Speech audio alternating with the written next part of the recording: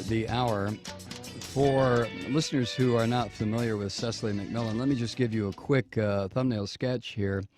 She's an Occupy Wall Street activist and an advocate for prisoner rights in the U.S. Back in March of 2012, she was arrested as protesters tried to reoccupy Zuccotti Park in New York. She was accused of assaulting a New York police officer and sentenced to 90 days in prison and probation for a subsequent 5 years. She was released this month after serving 58 days at Rikers Island. She's a graduate of Lawrence University, where as a student activist, she participated in the anti-Scott Walker protests in Wisconsin, and she's a member of the Democratic Socialists of America. Upon her conviction, and by the way, the Guardian reported that 9 of the 12 jurors who found McMillan guilty wrote to the trial judge expressing their opinion that she should not be given a prison sentence. But upon her conviction, she was denied bail, even though she was appealing, and served her sentence at Rikers Island Penitentiary. On May 9th, members of Pussy Riot, who were jailed in Russia for performances critical of President Putin, visited Cecily McMillan on Rikers Island as part of a campaign by the Voice Project, petitioning for leniency. She was released July 2nd this year. Cecily joins us now via telephone. Hi, Cecily. Hi, how are you? I'm good. Happy to be on. Yeah, how are you? Oh, it's quite confusing to come back into the world, and my family's still there, left at Rikers, and just extremely frustrating to try to continue to get them the rights and the attention they deserve. Mm-hmm. When you talk about your family at Rikers, you're talking about fellow prisoners. Oh yes. I mean, honestly, the women who sustained me when I was there really stood by me and stood up for me. The people that I am just so honored to have a chance to stand up for them. I really wouldn't have made it through that process without those incredible and resilient women. When you were released, Cecily, you had a session with reporters, and it was reported that you talked about a fellow inmate by the name of Judith and what happened to her. It was pretty shocking that the authorities at Rikers just allowed this woman to die when all she needed was some emergency medical attention. Do I have that right? Yes, absolutely. But I would like to say that though we are certainly calling immediately for justice for Judith in that sense, I would like to say that she's not an anomaly. Unfortunately, it is quite the norm for folks to go into Rikers and that never return. Mm. How? I'm not sure. I'm not sure what to ask you. I've seen the video of the assault on you, and I find it hard to believe that. I'm trying to get inside the jury's mind, the people who convicted you. When now you weren't allowed to show the video at trial, is that right? We were allowed to show really only 1 or 2 videos and only parts of those videos. Mm-hmm. Really, what the issue here is the judge controlled what evidence was allowed in and what wasn't as well as what questions were asked, and therefore had the ability to sort of edit out the verdict, the verdict that he really wanted to hear. So it sort of was presented to the jury completely out of context and made it look like that I had been maybe one of a couple of people there and had sort of incited some sort of violent encounter with the police without the jury being given the whole context of what was occurring that night. Mm-hmm. Do you find it unusual, or let me not set it up that way. What is your opinion of the fact that so many of these jurors wrote this letter, according to the Guardian, asking that you not be given jail time? What, especially in light of the fact that they had just convicted you of a felony? It certainly is very unusual for jury members to undergo such a task.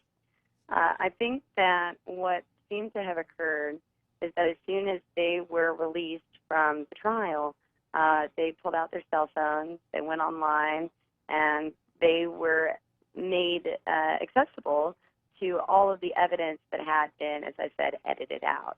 I think once they really saw the context, once they really understood what the full story was, several of the jurors were very remorseful of the decisions that they had come to, especially the one who really felt like I was innocent and felt like he was fighting a losing battle, and really stirred up the other jurors to try to fight, at least on my behalf, that I would not be wrongfully imprisoned in addition to the felony charge that I had been, in my mind, illegitimately charged with.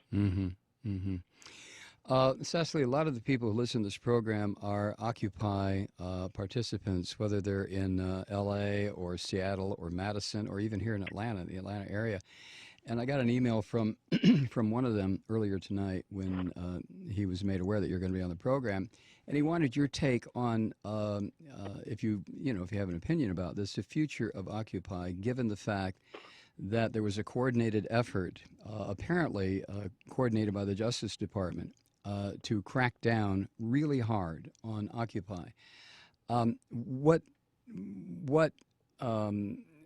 future do you see for Occupy? Well, I think that, as many people have asked me, Occupy is still very much alive. And by that I mean the sentiment of Occupy, the way in which connections were made, that we were unified in the ability to learn how to use our voices, stand up and say, we don't agree with this. We are citizens. If you will not hear our voices through voting, then we will bring them to you in a way that you can hear them, primarily through social media. And I think that we really have just begun to understand what it means to dissent, what it means to organize and unify dissent. We started to make those connections on the ground floor through various projects we wanted to work on. We started forming community organizations, grassroots organizations. And I think that Occupy was really just the beginning of learning how to use our voices in a country since the Reagan era that has really just worked to take them away. And I think as far as Occupy is concerned, I think that when you look back through history, 20, 25 years from now, it will be very clearly the point of unification that has been leading up to and will continue to lead up to what is an unavoidable social movement. It's not a matter of if, but when we are going to come together, and this change is going to be made, and our voices are going to be heard.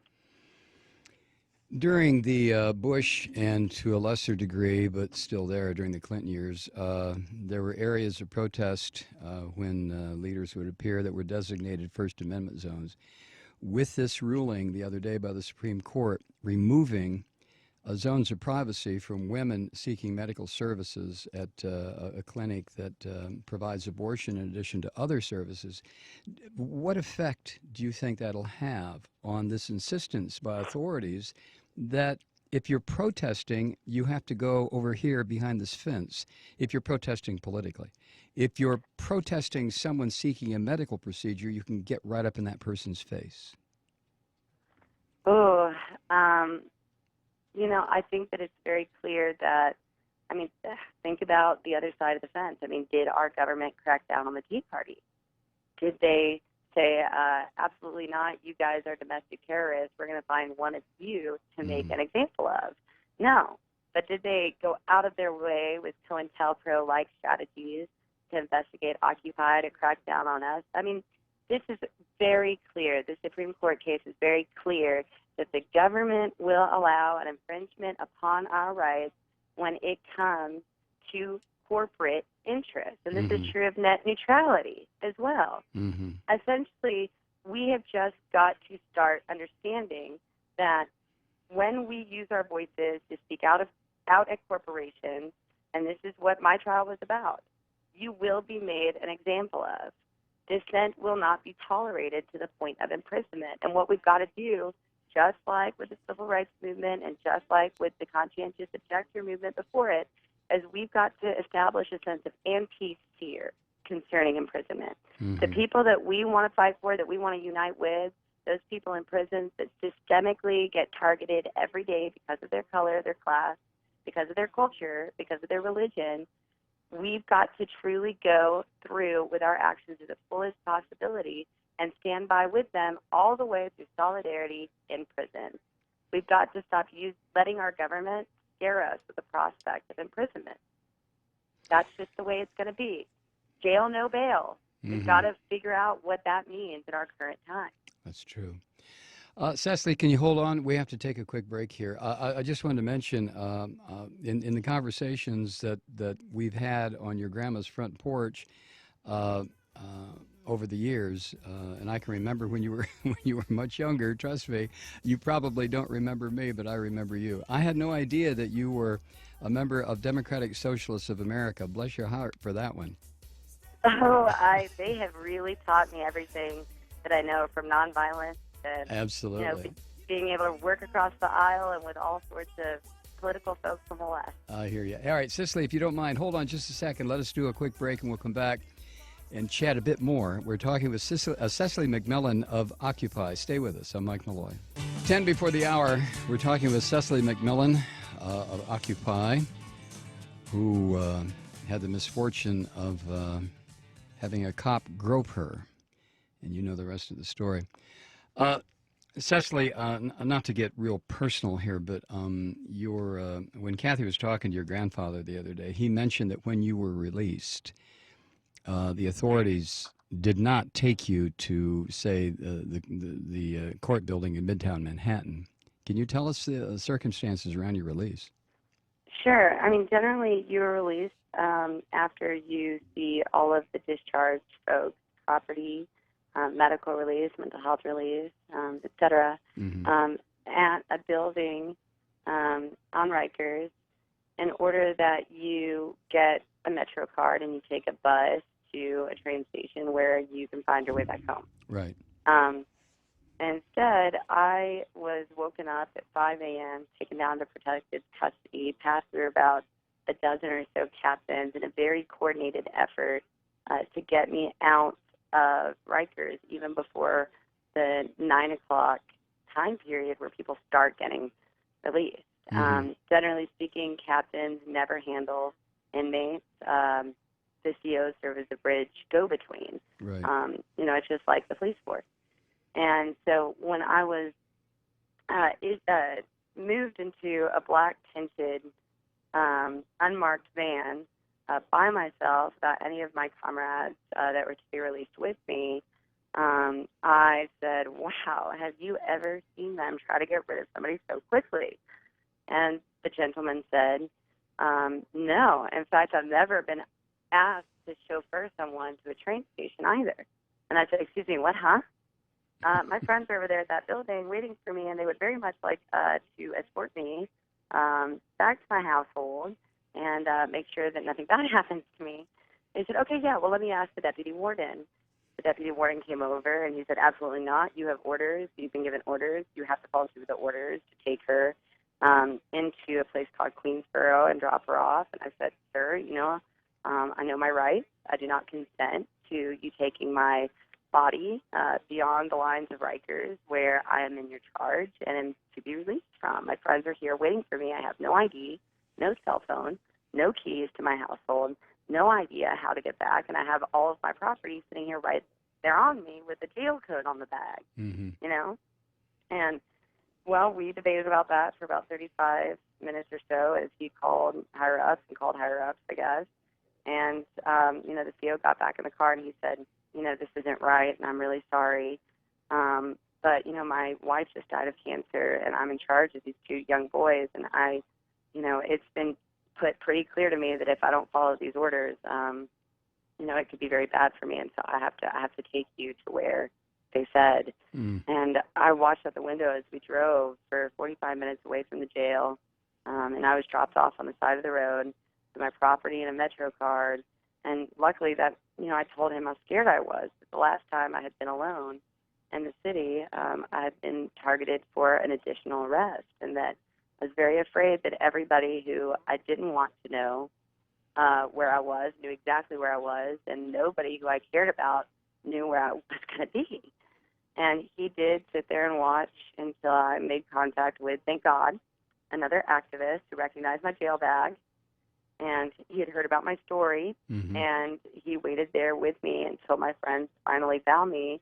At that point, what had been a 3-hour excursion later. And I had just enough time to make it back to the press conference scheduled right outside the gates of Rikers, and issue the demands of the women and Rikers. It was terrifying. Yeah, yeah. It's astonishing, or not so astonishing, not really.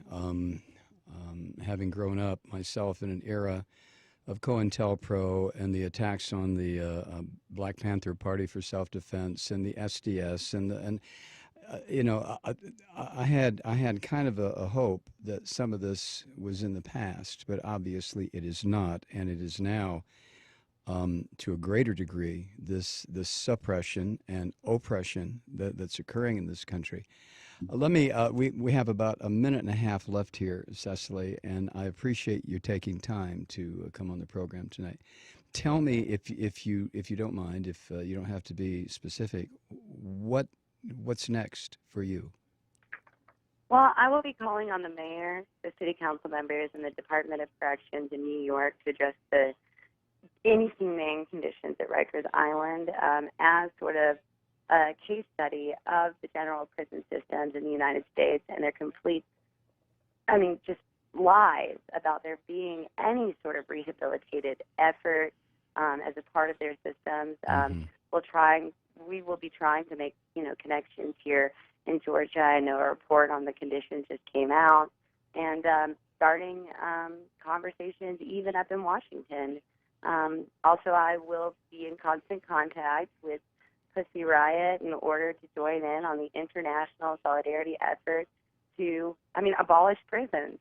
It's crazy. This doesn't do anything good for anyone when it's clear that these folks just need to be treated like human beings and be given the rights and the access to resources they deserve to be happy, fulfilled, participating members of the human race. Too bad that they're not given the same access to resources as the infamous New York City banksters who have a bottomless pit of money for defense. So it's I wish you the best on this, Cecily. Prison reform or whatever it's called is a tough issue, and especially here in the United States as we get closer and closer and closer to totalitarianism.